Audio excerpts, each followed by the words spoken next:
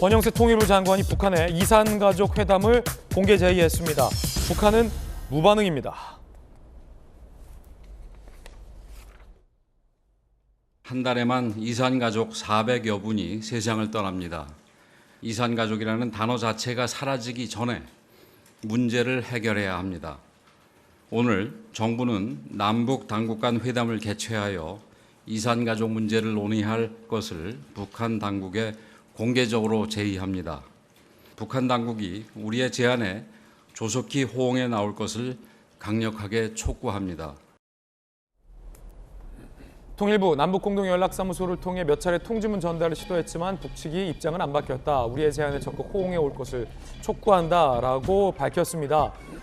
윤석열 정부를 대신해서 통일부가 권영세 장관이 이산가족 회담을 북한에 제안한 겁니다.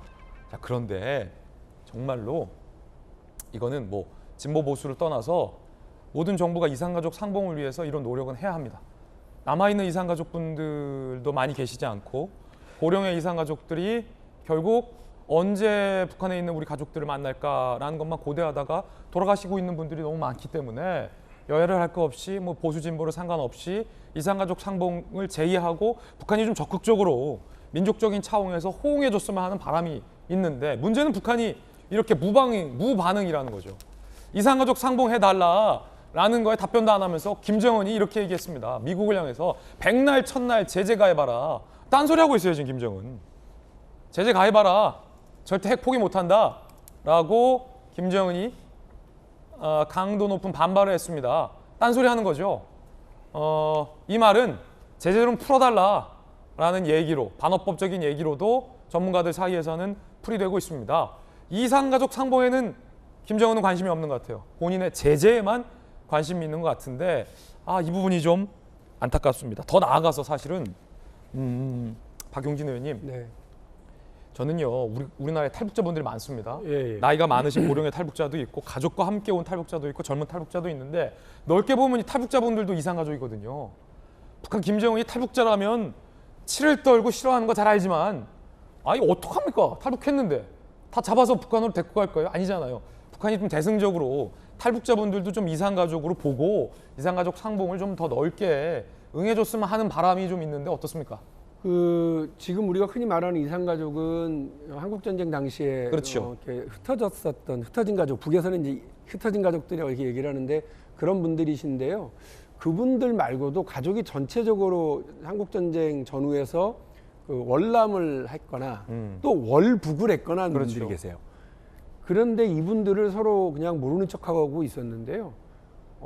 제 지역구에 상당히 많은 분들이 북에서 내려오신 분들이에요. 이북에서. 계시더라고요. 그런 분들 말씀을 들어보면 마지막 소원 하나가 고향 땅 한번 밟아보는 거예요. 그래요, 맞아요. 그리고 또 북에서 오셨던 분들이 상당히 생활력이 뛰어나셔가지고요. 또 지금 추석 명절이잖아요. 예, 기업도 일으키고 또 우리 지역에서 열심히 사업을 하셔서 돈도 많아요. 이분들의 꿈이 뭐냐면 고향의 금이 환영해서 고향에 뭔가를 하나 해주고 싶어 하시는 분들이 많아요. 전봇대라도 하나 세워주고. 그래서 가령 북이 수연했다고 그랬을 때 이분들이 앞장서 가지고 노력을 하고 돈을 모아서 북으로 보내려고 했는데 막혀서 못해, 정치적으로 막혀서 못했던 분들도 많고요.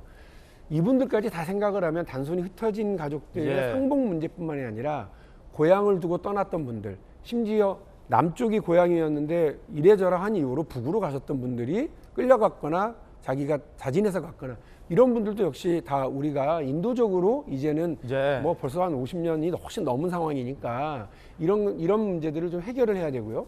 김진애 앵커가 말씀하신 것처럼 이른바 북한 이탈 주민들에 대한 문제도 점차적으로 인도적인 차원에서 열어나가야 될 필요가 있다고 저는 생각하거든요.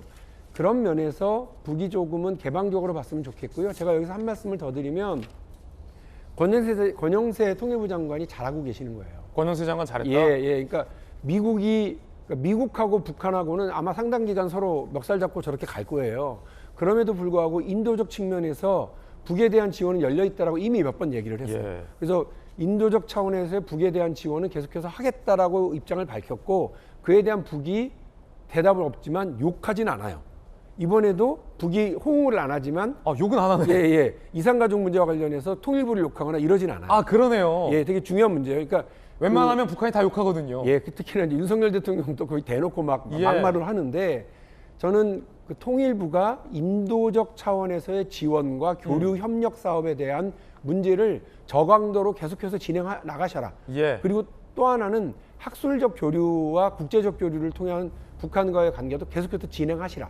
이게 왜 중요하냐면 우리의 민간 단체라든지 혹은 학술 단체들이 북에 들어갔다 나왔다 하는 거, 혹은 해외에서 서로 만나도록 하는 것은 계속해서 해주는 것이 예. 북한 내부의 상황들을 조금이라도 더 날 것으로 듣는데 예. 중요하거든요. 이게 다 대북 정책을 수립하는 데 되게 중요한 정보예요. 잘하고 있다. 예, 그래서 더 하시라. 아직은 호응이 없지만 예. 권영세 장관이 보수적인 정부에서는 저렇게 안 할 거야 했었던 거를 저렇게 해주시는 거는 저는 박수치고 잘한다고 칭찬을 굳이 이 자리에서 다시 한번 드립니다. 예. 윤석열 정부의 권영세 장관을 향해서 또 민주당, 야당의 박용진 의원이 높게 평가한다라는 의견도 참 흥미롭습니다. 그런가 하면 북한 얘기 나와서 말인데 이 병역 문제 관련해서 젊은이들이 참 민감한데 특히나 BTS의 병역을 소위 대체 복무로 전환해 주냐, 면제해 주냐라는 문제에 대해서 여론조사가 실시됐습니다. 함께 보시죠. 동의한다가 67.5%, 반대한다가 31.3%입니다. 그럼 20대는 어떨까요? 자, 20대도 찬성률이 56.4%로 나왔습니다만 찬성률이 가장 낮긴 합니다. 아무래도 이제 군대를 가야 하는 입장이기 때문에. 자, 같은 청년으로서 전윤기 의원님, 이 여론조사 결과 어떻게 봅니까? 저는 일단 우선 국방부가 자기들 책임을 국민 여론조사로 돌렸다라고 강하게 비판하는 예. 입장입니다. 왜냐하면 사실 병역 특례 문제는 다시 재논의돼야 될 지점으로 왔다고 보거든요. 많은 청년들이 지금 어떻게 이 복무를 생각하느냐를 좀 다시 봐야 되는 거고, 계속적으로 출생률이 떨어지고 있는 상황에서 병역 전반에 이제 개선이 필요한 상황인데 사실 국방부가 지금 어느 정도 결단을 해야 될 영역에 와 있습니다. 근데 이렇게 여론조사를 통해서 뭐 대체 복무를 할 것인가 물어보는 게 굉장히 이 책임을 국민들 여론이 이렇지 않냐라고 떠넘기는 이런 행태를 보이고 있는 거예요. 그리고 저는 저 여론조사 잘못됐다고 보고 있습니다. 뭐가 잘못됐냐면 말장난이 들어가 있어요. 그러니까 BTS는 지금 굉장히 국익에 도움이 되고 있기 때문에 해외에서 활동을 할 수 있게끔 도와주냐. 사실 이거는 병역 특례거든요. 그러니까 군대를 빼주냐 안 빼주냐 이거의 문제예요. 근데 여론조사를 지금 굳이 대체 복무를 시킬 것인가라고 하고 있거든요. 이건 뭐냐면 사실 대체 복무는 공익근무요원이라든지 산업기능용원 이 정도를 대체 복무로 보고 있는 거고, 빼주는 게 아니다. 병역 특례는 군대를 빼주는 겁니다. 뭐 스포츠 스타들처럼, 그렇죠. 올림픽 선수들처럼. 이제 뭐 올림픽 금메달 땄을 때 물론 BTS는 엄청난 역할을 하고 있고 해외에서 이제 요새는 중국인이나 안 물어본대요. 한국 사람이나 물어본다는 거예요. 그러니까 BTS가 그만큼 국익에 엄청 도움이 되고 있는 건 사실이나 예. 국민들한테 여론조사를 할 때는 있는 사실 그대로를 물어봐야 되는데 이거는 대체 복무를 열어줄 것인가 이렇게 물어보니까 이런 수치가 나온 것 같아요. 그래서 알겠습니다. 정확하게 물어볼 필요가 있다. 이렇게 생각합니다. 네, 뜨거운 소식 함께하고 있습니다.